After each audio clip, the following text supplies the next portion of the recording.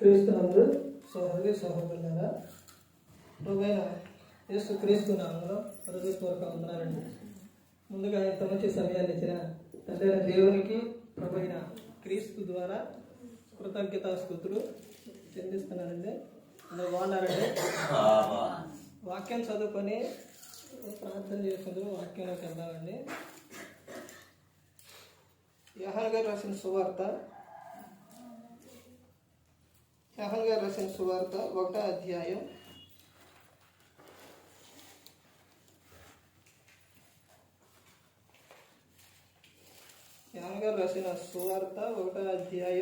18వ వచనం. ఎవడను ఎప్పుడైనను దేవుని చూడలేదు, తండ్రి రొమ్మనున్న అద్వితీయ కుమారుడే ఆయనను బయలుపరిచెను. ప్రార్థన చేస్తున్నాం.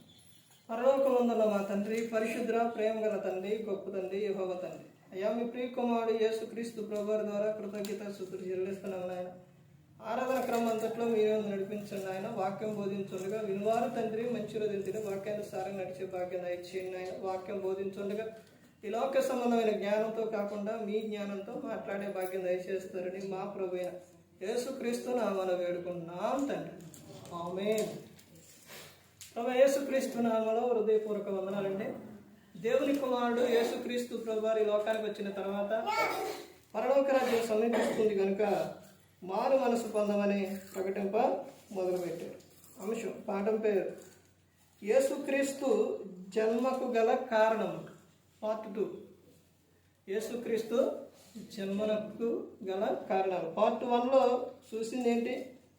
పార్ట్ 1లోని మరణను స్వతంత్రునిగా చేయడానికి వచ్చారు. తర్వాత దుఃఖాక్రాంతులను వాదార్చుటకు వచ్చారు. రోగులను స్వస్థపరచడానికి వచ్చారు. పవిత్రుడిగా చేయడానికి వచ్చారు. శాంతిని ఇవ్వడానికి వచ్చారు. విశ్రాంతిని ఇవ్వడానికి వచ్చారు.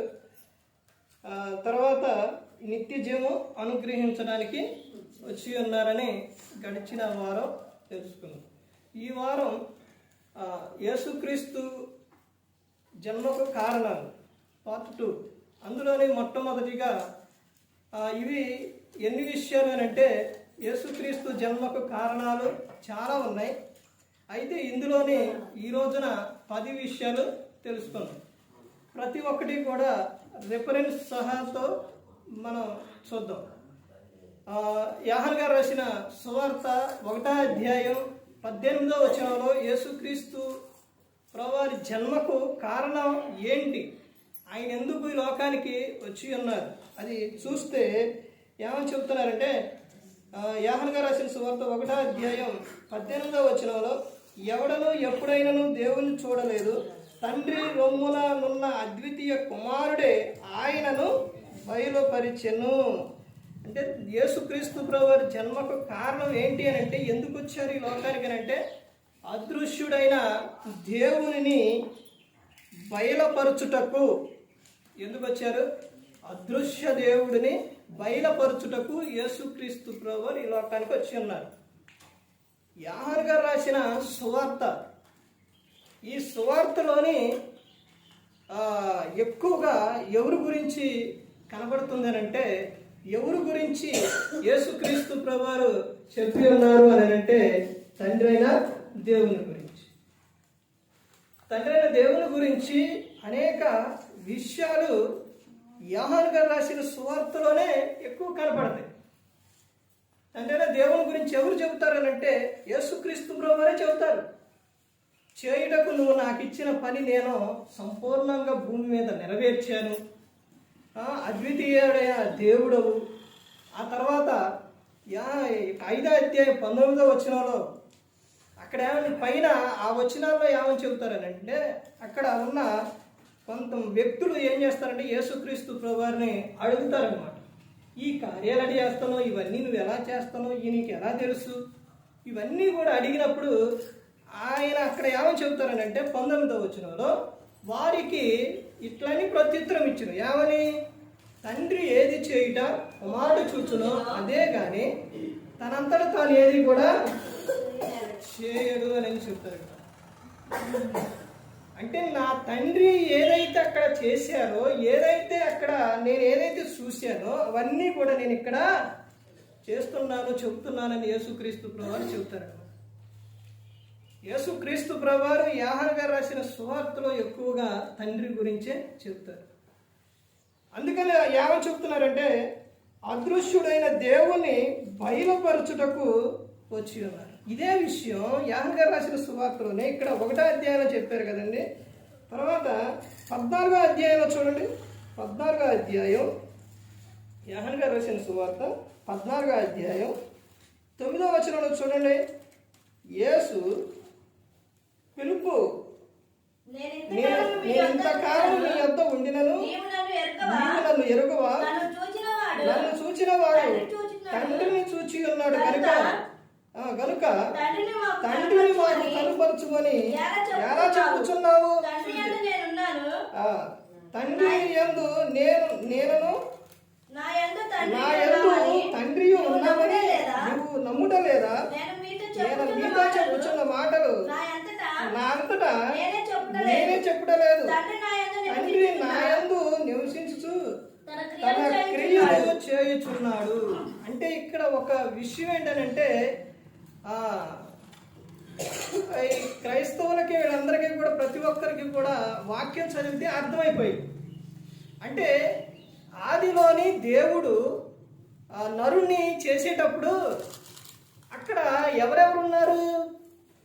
అక్కడ ఆదికాండం 1వ అధ్యాయం చదివితే మన స్వరూపంతో మన పోలికతో అనేది అక్కడ సందర్భం ఉపయోగించినప్పుడు అంటే అప్పటికి ఎవరున్నారు? యేసుక్రీస్తు ప్రభువారు ఉన్నారు.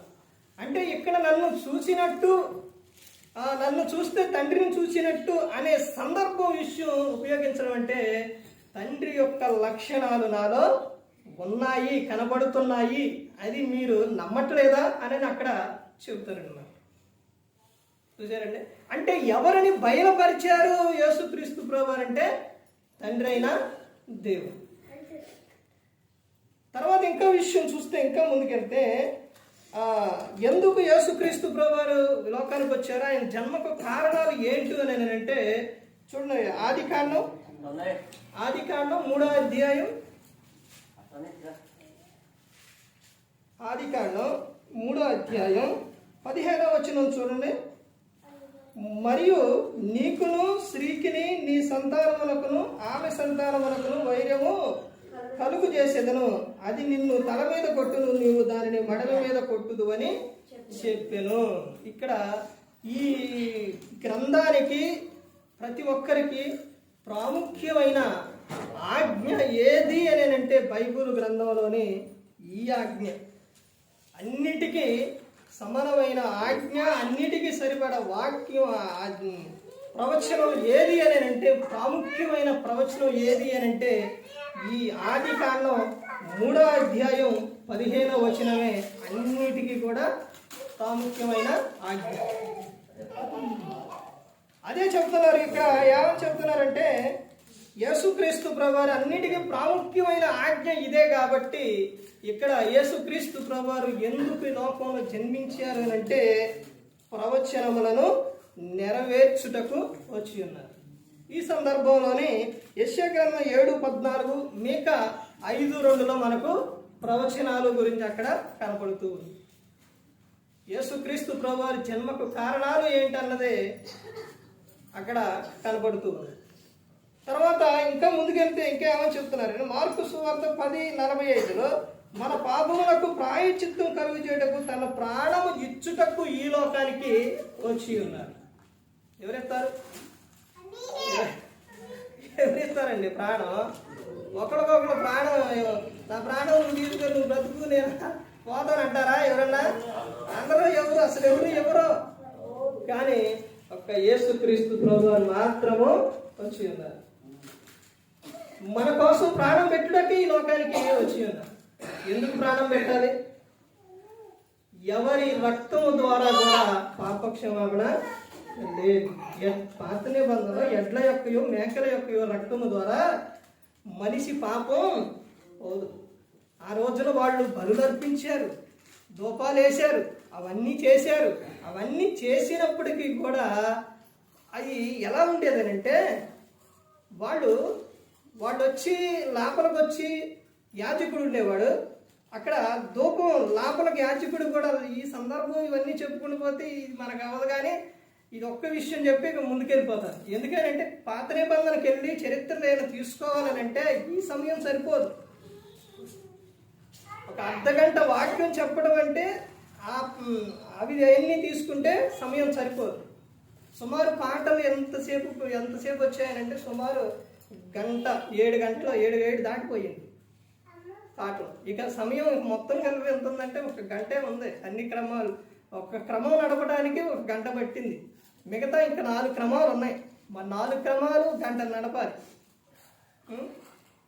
ఆ యాజకుడు లోపలికి రావడానికి ఏ విధంగా ఉన్నారంటే ఒక నెలంతా కూడా తాను ఎలా ఉండాలని అంటే పరిశుద్ధంగా ఉండాలి. పరిశుద్ధంగా ఉండి తర్వాత తాను ఉన్నాడా లేడా, పరిశుద్ధంగా ఉన్నాడా లేడా తెలియటానికి, పరిశుద్ధంగా లేకపోతే పోతారు, ఆయన అక్కడే చనిపోతారు. అందుకని మరలా ఎవరు వచ్చి అక్కడ ఆయన బయటికి లోపలికి వచ్చి తీసుకెళ్ళేది కాదు. అందుకని తానికి నడుముకి తాడు కట్టి లోపలికి పంపించి ఒక చేత్తోని ధూపం, ఒక చేత్తో గంట, ఈ గంట కట్టేవాడు. ఇప్పుడు మనిషి కన ఆ ధూపం వేసేటప్పుడు కన ఉంటే ఏమైంది, గంట మోతుంది, లేకపోతే ఏమైంది, ఆగిపోయింది. అప్పుడు అక్కడ పట్టుకొని బయటకు లాగేవారు. ఈ సందర్భం ఎందుకు చెప్పానంటే ఆ తర్వాత వాళ్ళు అలా బలులు అలా అర్పించిన తర్వాత వాళ్ళు ఇచ్చినప్పుడు, వాళ్ళు పాపం చేసినప్పుడు వాళ్ళు బలు ఎడ్ల యొక్క మేకల యొక్క రక్తం వాటిని తీసుకొచ్చి ఇచ్చినప్పుడు తర్వాత ఎలా ఉండేదంటే ఆ క్షణంలో ఎలా ఉండేదంటే బాగానే ఉండేది. ఆహా పాపాలు పోయినాయి అనుకునేవాడు. ఎప్పుడైతే మరలా బయటికి వెళ్ళిపోతారో మరలా మామూలుగా ఉండేవాడు అనమాట. ఏది తప్పు ఏది చేసినా కానీ వాక్యానుసారం కాకుండా అది ఏది చేసినా కానీ వాళ్ళ మనసాక్షి గద్దించిన వినేవారు కాదు. వారి పాపాలు ఏమైపోయారంటే అలాగే ఉండిపోయాయి. అంటే ఆ పాపం ఎలా ఉండిపోయేదనంటే అప్పుడు అవి అలా కప్పేసి ఉండేవి అనమాట. మరలా అది తీయంగానే మరలా వచ్చాయి అనమాట. అంటే వాళ్ళ పాపాలు పోయాయి కాదు. ఎప్పుడైతే యేసుక్రీస్తు ప్రభువారు లోకానికి వచ్చి శిలువలో తన రక్తాన్ని కార్చారో ఆ రక్తం ఎప్పుడైతే కింద పడుతుందో, ఎప్పుడైతే మనిషికి పాప క్షమాపణ అనేది వచ్చేసింది, పాప క్షమాపణ ఆయన రక్తము ద్వారా పాప క్షమాపణ రావడంతో మనిషికి జరిగిన విషయం ఏంటంటే మనశ్శాంతి వచ్చేసింది, సంతోషం వచ్చేసింది. ఇదిగో నేను ఇక మరలా నేను పాపానికి వెళ్ళకూడదు అనే ఆలోచన అనేది వచ్చేసింది మనిషికి. అది ఎవరి ద్వారా సాధ్యమైంది అని అంటే ఒక్క యేసుక్రీస్తు ప్రభువారి ద్వారానే సాధ్యమైంది. ఎందుకనంటే పవిత్రమైన రక్తము, పరిశుద్ధమైన రక్తము ఏది అని అంటే యేసుక్రీస్తు ప్రభువారి రక్తమే పరిశుద్ధమైన రక్తం. ఆయనలో ఏ దోషం లేదు, ఏ పాపం లేదు. అలాంటి రక్తమే మనిషి పాపాన్ని తీసేయగలదు. అందుకనే ఆయన ఏమని చెప్తున్నారంటే మన పాపములకు ప్రాయశ్చిత్తం కలుగు చేయుటకు తన ప్రాణం ఇచ్చుటకు యేసుక్రీస్తు ప్రభువారి లోకానికి వచ్చి ఉన్నారు. తర్వాత ఆయన ఇంకా ఎందుకు వచ్చారు ఈ లోకానికి? ఆయన జన్మకు కారణం ఏంటి? ఆయన జన్మకు కారణం ఏంటి? ఒక విషయం ఏంటంటే మనిషి పుట్టుక, మనిషి భూమి మీద మనిషి పుట్టుక సంతోషం కాదు అని చెబుతున్నారు. ప్రసంగి 7వ అధ్యాయం 1-2 వచనాల్లో అక్కడ చెబుతారు కదా, ఏమని చెబుతారనంటే ఒకని జన్మదినము కన్నా మరణ దినమే మేలు అని చెప్పారు. అంటే ఎందుకు మనిషి జన్మ మేలు కాలేదు? మరి ఇక్కడ ఏమని చెప్తున్నారు? లూకా సువార్త 2వ అధ్యాయం 9వ వచనం నుంచి చూస్తే క్రీస్తు పుట్టుక మహా సంతోషకరమైన సువార్తమానం. లూకా సువార్త 2వ అధ్యాయం 9వ వచనం 8-9 వచనాలు అక్కడ నుంచి చదువుకుంటూ కిందకి వస్తే అక్కడ దూత వెళ్ళి ఈ 25వ తారీఖు చెబుతారండి ఈ క్రీస్తు పుట్టుక గురించి.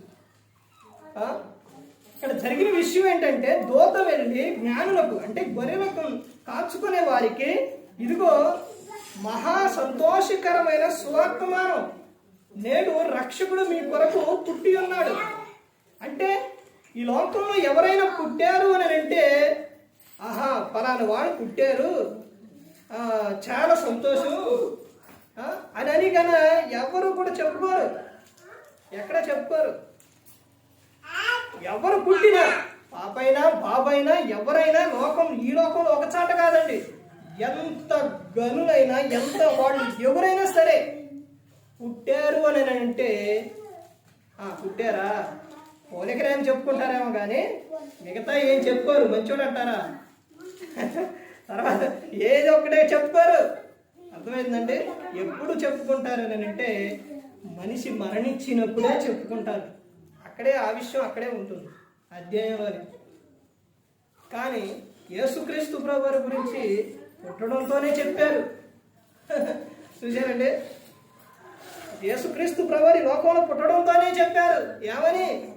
నేడు రక్షకుడు మీ కొరకు పుట్టి ఉన్నాడు. ఇంకో విషయం ఏంటంటే పైన ఏమని చెప్తారు? ప్రజలందరికీ కలగబోవు మహా సంతోషకరమైన సువార్తమానం. ఏంటిది సువార్తమానం? క్రీస్తు పుట్టుక. అర్థమవుతుందండి? ఆనవాళ్ళు కూడా చెప్పారు. ఆనవాళ్ళు చెప్పిన తర్వాత ఈ 25వ తారీఖుని చదివిస్తారండి అది మొత్తం. ఆ ఆనవాళ్ళు చెప్పిన తర్వాత దూతలు వచ్చి అసలు ఎంత మహిమ, సర్వోన్నతమైన స్థలములలో దేవునికి ఆ మహిమ ఘనత. చూశారండి? ఇవన్నీ ఎవరి ద్వారానండి? ఎవరి ద్వారా వస్తున్నాయి? యేసుక్రీస్తు ప్రభువారు ద్వారానే. తండ్రి ఆనందంగా సంతోషంగా ఉన్నాడు అని అంటే అది ఎవరి ద్వారా? కుమారుని ద్వారానే. తన ఇష్టము నెరవేర్చుకున్నటకు యేసుక్రీస్తు ప్రభువారు రాలేదండి. తండ్రి ఇష్టమును నెరవేర్చుటకు లోకానికి వచ్చారు. అదే తర్వాత ఇంకా ముందుకెళ్తే చూడండి, ఇంకా ఏమో చెప్తున్నారు. తర్వాత కొరింథీయులకు రాసిన అపోస్తలుడైన పౌలు గారు కొరింథీయులకు రాసిన రెండవ పత్రిక ఎందుకు యేసుక్రీస్తు ప్రభువారు వచ్చారో చెప్తున్నారు చూడండి. 2వ పత్రిక 5వ అధ్యాయం 19వ వచనం చూడండి.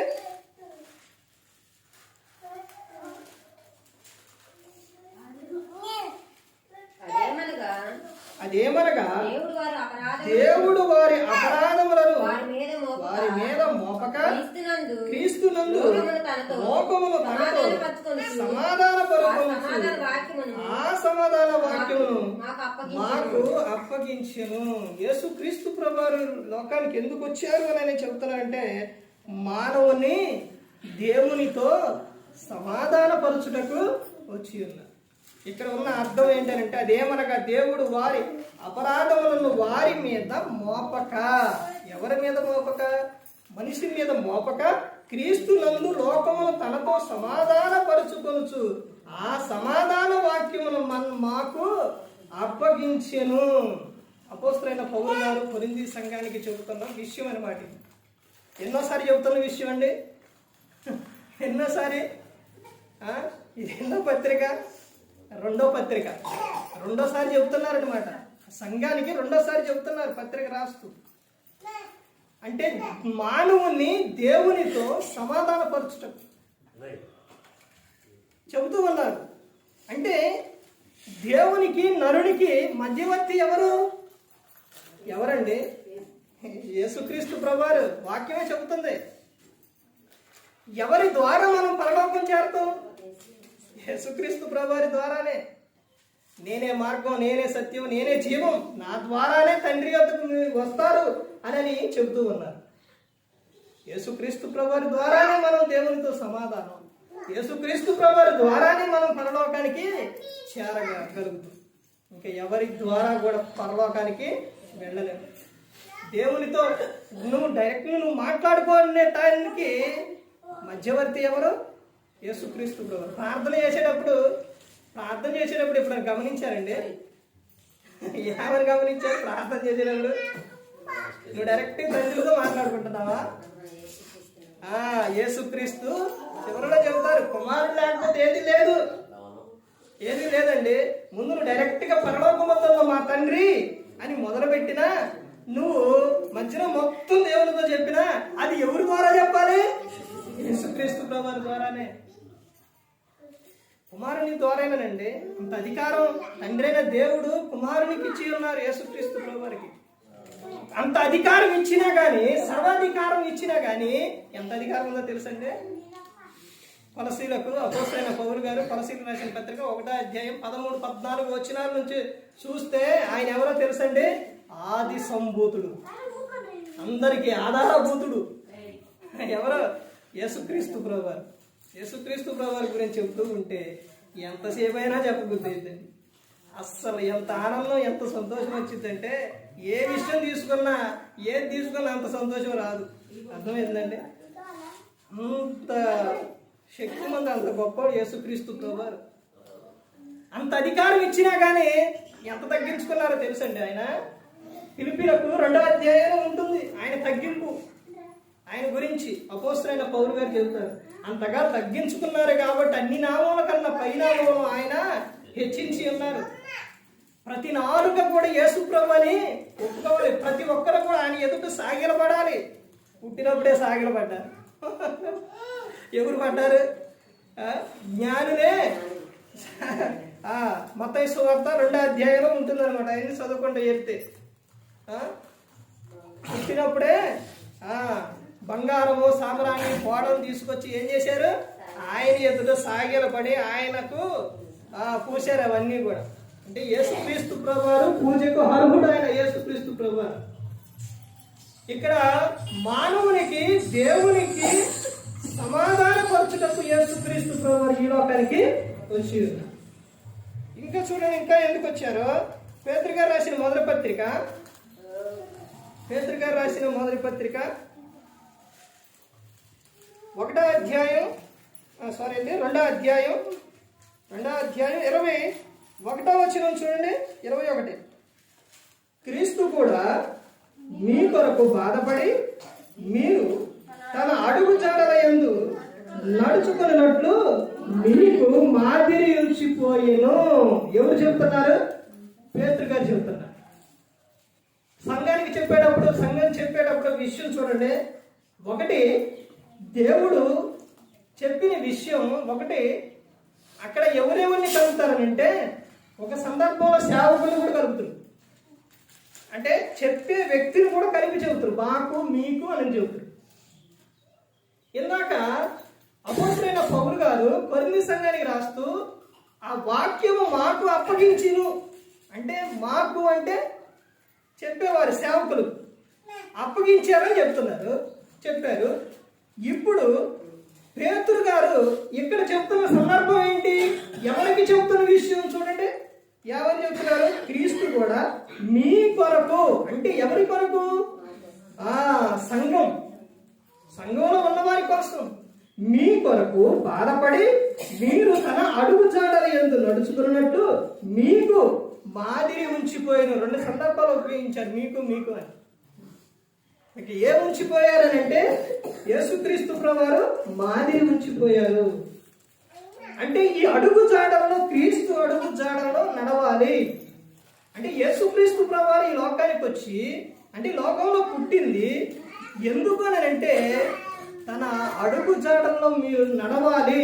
అలా నడిస్తేనే పరలోకానికి చేరతారని చెప్తున్నారు.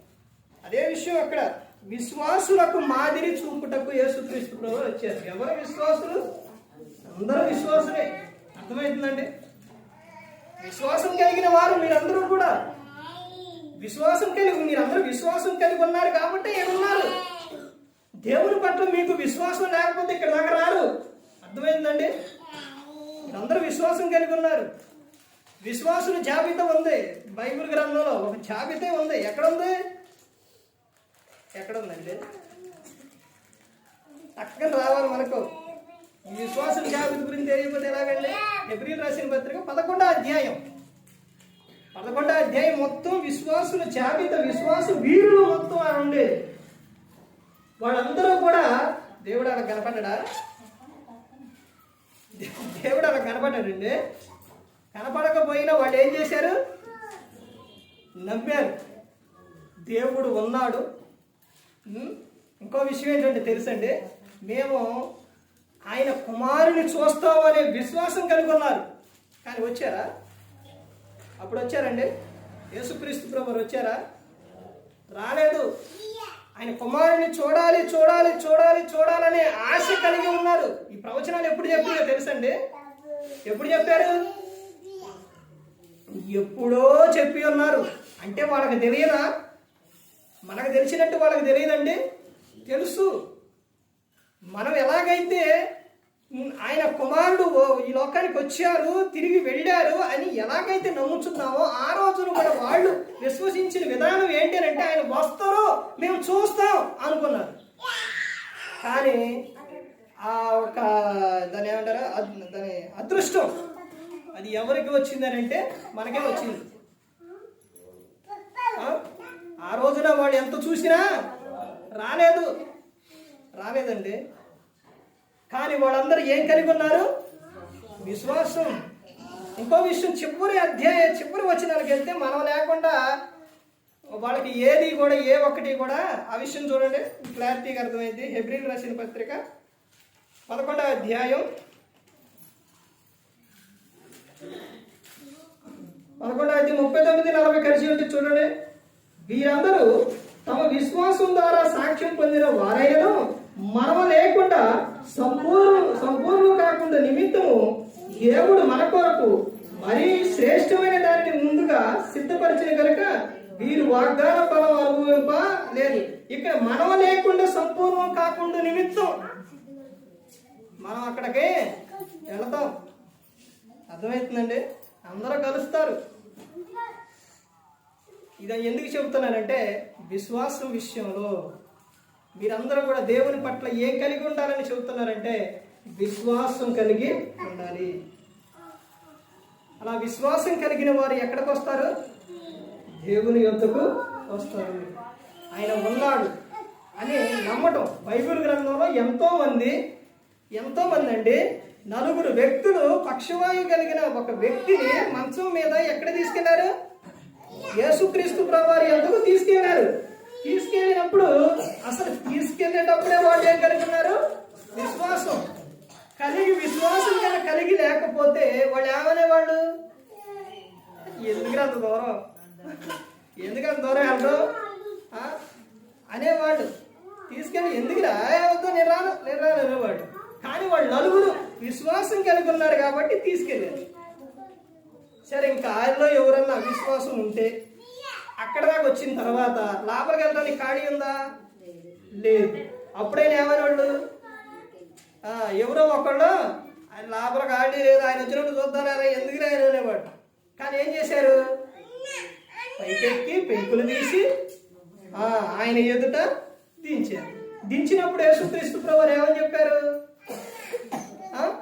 ఆయనతో పక్షవాయు కలిగిన వానితో ఏమని చెప్పారు? నీ విశ్వాసం గొప్పదే, లేచి నడు అని ఆయనకి చెప్పారా? ఎవరి విశ్వాసం చూసింది అక్కడ యేసుక్రీస్తు ప్రభువారు? వారి విశ్వాసం చూసి. ఎవరి విశ్వాసం? తీసుకొచ్చిన వారి విశ్వాసం చూసి నీ పాపంలో క్షమింపబడి ఉన్నావని ఆయనతో చెబుతారు యేసుక్రీస్తు ప్రభువారు. అంటే నువ్వు విశ్వాసం కలిగి ఉంటే నీ పక్కన వారికి కూడా అది వచ్చిద్దని. ఈ సందర్భంలో ఒక విషయం చెబుతానండి, చెప్పి కొన్ని విషయాలు ఉన్నాయి. ఆ విషయం త్వరగా చూసి ముగించుకుందాం. పక్కన వచ్చిద్ది అని అంటే మొన్న క్లాస్కి వెళ్ళినప్పుడు ఆయన పెద్ద ఆయన సేవకుడే పక్కన కూర్చున్నారు. తర్వాత ఆయన చెప్పింది ఏది కూడా రాయట్లా, ఒక రెఫరెన్స్ ఒకటే రాస్తున్నారు. అంటే పక్క పక్కనే చేయిసు. అయితే ఆడు చెప్పింది ప్రతి ఒక్కటి నేను నోట్స్ రాస్తూ ఉన్నాను. రాసిన సందర్భంలో నేను ఏం చేస్తున్నానంటే ఇక పక్కన కూర్చొని ఇట్లా చేతులు పెట్టుకొని ఆవరించుకుంటా నిద్రపోతాను. నిద్రపోతూ ఉంటే ఈ అట్ట మధ్యాహ్నం వరకే జరిగింది. నేను చూస్తున్నా, రాసుకుంటున్నా, మధ్యాహ్నం వరకే జరిగింది. మధ్యాహ్నం లంచ్ టైం ఇచ్చారు. తర్వాత మళ్ళీ వచ్చిన తర్వాత మళ్ళీ అలాగే జరిగింది. అలా జరిగిన తర్వాత ఆయన ఏదైతే చేస్తున్నాడో కొద్దిసేపటికి పక్కన ఉన్న నాకు వచ్చేసింది. ఏంటది? నిద్ర వచ్చేస్తుంది. ఆయనేమో అక్కడ చెప్పేటప్పుడు అంతమంది పేర్లు నా పేరు గుర్తుపెట్టుకున్నారు వాళ్ళు, అశోక్ అని. ఆ గుర్తుపెట్టుకొని ఒక్కొక్క సందర్భం వచ్చినప్పుడు అంటే అశోక్ గారు ఏంటి అనేవాళ్ళు. ఈ సందర్భం అది గుర్తొచ్చి ఇక్కడ పక్కన ఇట్లా నిద్ర వస్తున్నా కానీ అంతమందిలో ఏదన్నా ఒకటి చెప్పి అప్పుడే నాకు అలా నిద్ర పట్టి అప్పుడే ఆయన కన్నా అడిగితే నిద్రపోతున్న సందర్భంలో నిద్రపోతున్నారంటే అక్కడ ఉన్న క్లాసు సుమారు మొత్తం ఒక 30-40 మంది ఉన్నారు. అశోక్ ఆయన ఏం చేస్తుండో నిద్రపోతుండో అని అంటారు. అసలు నిద్ర వచ్చినా కానీ నిద్ర పోకుండా అటు రాసుకుంటా ఇటు వినుకుంటా ఎప్పుడైపోయింది అని ఇదంతా ఎందుకు చెప్తున్నారో తెలుసండి. అంటే పక్కన ఉన్న ఒక లక్షణం ఏమైంది, పక్కెమ్మటకే వచ్చేసింది. నేను వచ్చిందని నేను అనుకున్నానా, కానీ వచ్చేసింది. చూసారండి, అంటే మన పక్కన ఉన్న వారు ఏదైతే కలిగి ఉంటారో అదే మనకు కూడా ఎంతో కొంత వచ్చేసింది. అంత యాక్టివ్గా చక్కగా ఎల్ల రాసుకుంటున్న నాకే, వింటున్న నాకే వచ్చేసింది పక్కన నిద్ర. అందుకనే ఇక్కడ చెప్తున్న విషయం ఏంటనంటే వారి విశ్వాసం చూసి ఏం చేశారు, నీ పాపములు క్షమింపబడి ఉన్నవని యేసుక్రీస్తు ప్రభువారు చెప్పి ఉన్నారు. తర్వాత ఇంకా ముందుకెళ్తే యోహాను గారు రాసిన మొదటి పత్రిక 3వ అధ్యాయం 8వ వచనంలో అపవాది వాని క్రియలను లయపరచుటకు యేసుక్రీస్తు ప్రభువారు వచ్చి ఉన్నారు. అపవాది క్రియలను లయపరచాలి, బలపరచకూడదు. బలపరచడం అంటే వాడు ఏదైతే చెబుతున్నాడో దాన్ని చేస్తూ ఉంటే ఏమైపోయింది, అది ఇంకా బలపడి.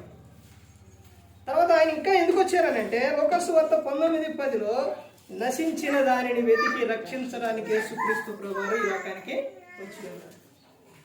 సుమారు ఒక 40-50 నిమిషాలు, ఒక గంట అయితే మెసేజ్కి పూర్తి అర్థం అనేది వచ్చిందండి. క్రీస్తు పుట్టుక అంటే, క్రీస్తు జన్మకు కారణం అంటే చాలా పెద్ద మెసేజ్. అందుకని క్రీస్తు పుట్టు అంటే డిసెంబర్ 25వ తారీఖున ఆ రోజు ప్రార్థన పెడితే ఆ రోజున చెప్పే మెసేజ్ ఎంత ఉంటుందనంటే చాలా పెద్దగా ఉంటుంది. తర్వాత ఇంకా చెబుతున్న విషయం ఏంటంటే లూకాసు వార్త 4:18లో విరిగిన హృదయములను బాగు చేయుటకు యేసుక్రీస్తు ప్రభువారు ఈ లోకంలో జన్మించి ఉన్నారు. తర్వాత ఇంకా ఎందుకు వచ్చారనంటే యోహాను సువార్త 10:10లో సమృద్ధి జీవమునిచ్చుటకు యేసుక్రీస్తు ప్రభువారు ఈ లోకానికి వచ్చి ఉన్నారు. ఆయన నమ్ముకున్న వారిని దేవుడు విడిచిపెట్టారు. కీర్తన 34వ కీర్తనలో చెబుతారు కదా, అక్కడ సింహపు పిల్లలు ఆకలి కొనును కానీ యెహోవాను ఆశ్రయించు వారికి ఏ మేలు పొదువై ఉండదు అని చెబుతున్నారు. యెహోవా యందు భయభక్తులు గల వారి చుట్టూ ఆయన దూతలు కావిలిగా ఉంటారని చెబుతున్నారు. మొన్న సందర్భంలో దూతల గురించి చెప్పాను, రాయడిపాలలో చెప్పాను, ప్రభువు దూత. ఈ సందర్భమే క్రీస్తు పుట్టుక గురించే, అప్పుడే ప్రభు దూత గురించి చెప్పాను. అర్థమైందండి, దూత మన చుట్టూ కావిలిగా ఉంటాయి అన్నమాట. మరి కనపడవే అనుకుంటున్నారా? కనపడవు. ఇప్పుడు ఆ కాలం అయిపోయింది, కనబడే కాలం అయిపోయిందండి. ఎప్పుడొచ్చినాయి దూతలు? ఎప్పుడొచ్చినాయండి? ఏ సందర్భంలో వచ్చినాయి? కొన్ని విషయాలు చెప్పండి. ప్రభు దూత ఎప్పుడెప్పుడు వచ్చినాయి? పాత నిబంధన కాలంలో ఎప్పుడు వచ్చినాయి? పాత నిబంధన కాలంలో అయితే డైలీ ఇక అదే పని. అక్కడి నుంచి రావడం ఎవరా దూతలు ఎన్ని? ప్రాముఖ్యమైన దూతలు ఎన్ని? ఈ క్లాస్ అయితే చెప్పడానికి ఎంతో చాలా బాగుండేది, కానీ ఆరాధన కంటే సమయానికి అయిపోవాలి. దూతలు మికాయేలు దూత, ఒక్కొక్క దూతకి ఒక్కొక్క పని ఉంది. మికాయేలు దూత పని ఏంటి? మికాయేలు దూత పని ఏంటి? యుద్ధం చేయటం. తర్వాత రెండో దూత ఎవరు? రెండో దూత ఇప్పుడే చెప్పాను కానీ చెప్పలేదా? గాబ్రియేల్ దూత. మూడో దూత లోకానికే శత్రువు ఎవరు? అపవాది. ఈ మూడు దూతలకి దేవుడు పవర్ ఇచ్చారు, శక్తి ఇచ్చారు. అందుకనే ఆడ ఆటలు, అపవాది గారి ఆటలు. అర్థమవుతుందండి? ఆటలు అందుకేనేనండి. ఈ మూడు దూతలో గాబ్రియేల్ దూత ఈ లోకానికి సమాచారం తీసుకురాడు. అప్పటి నుంచి ఇప్పటి వరకు కూడా ఎప్పటి వరకు అండి క్రీస్తుకి ఆయన ఎన్ని రోజులండి? 40 రోజులు ఉపవాసం ఉన్నారు కదా. ఉపవాస ప్రార్థనకు వచ్చారా? ఆ రోజు అంటే యేసుక్రీస్తు ప్రభువు అయిపోయిన తర్వాత దూతలు వచ్చి ఆయనకు ఆయన దగ్గరకు వచ్చి ఆయన్ని బలపరిచిన తర్వాత ఆ తర్వాత నుంచి ఇక అయిపోయింది. తర్వాత దూత అనేది ప్రభు దూత ఇప్పుడు మనందరికీ కూడా ఎలా ఉంటాయంటే కావలిగా ఉంటాయి కానీ కనపడవు. అర్థమవుతుందండి? ఇంకో విషయం ఏంటంటే ఎవరి ద్వారా మనతో దేవుడు మాట్లాడతారు. ఇప్పుడు ఆ రోజున మరియమ్మ గారు గర్భం ధరించినప్పుడు, పరిశుద్ధాత్మ సహాయంతో గర్భం ధరించినప్పుడు అప్పుడు చెప్పటం, తర్వాత ఎలిజబెత్ జకరియా గారికి చెప్పటం, ఆ తర్వాత సందర్భంలో ప్రభువు దూత వచ్చి యోసేపుకి చెప్పటం, ఇవన్నీ కూడా జరిగినాయి. తర్వాత యేసుక్రీస్తు ప్రభువారు పుట్టిన తర్వాత జ్ఞానులు వచ్చి చూచి హేరోదు అతన్ని చంపడానికి చూస్తున్నాడు, మీరు వేరే మార్గాన వెళ్ళిపోండి అని చెప్పటం, ఇవన్నీ కూడా జరిగినాయి, అయిపోయింది. ఇప్పుడు ఎవరి ద్వారా దేవుడు మాట్లాడతాను అని అంటే ఇంకెవరో అందరికీ వచ్చి ఉన్నారు. ఎవరో? యేసుక్రీస్తు ప్రభువారు. ఆయన ద్వారానే మాట్లాడతారు. ఎక్కడుంది ఈ విషయం?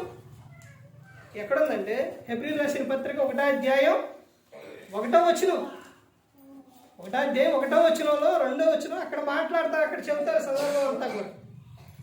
అపవాది క్రియలను లయపరచుటకు యేసుక్రీస్తు ప్రభువారు వచ్చి ఉన్నారు.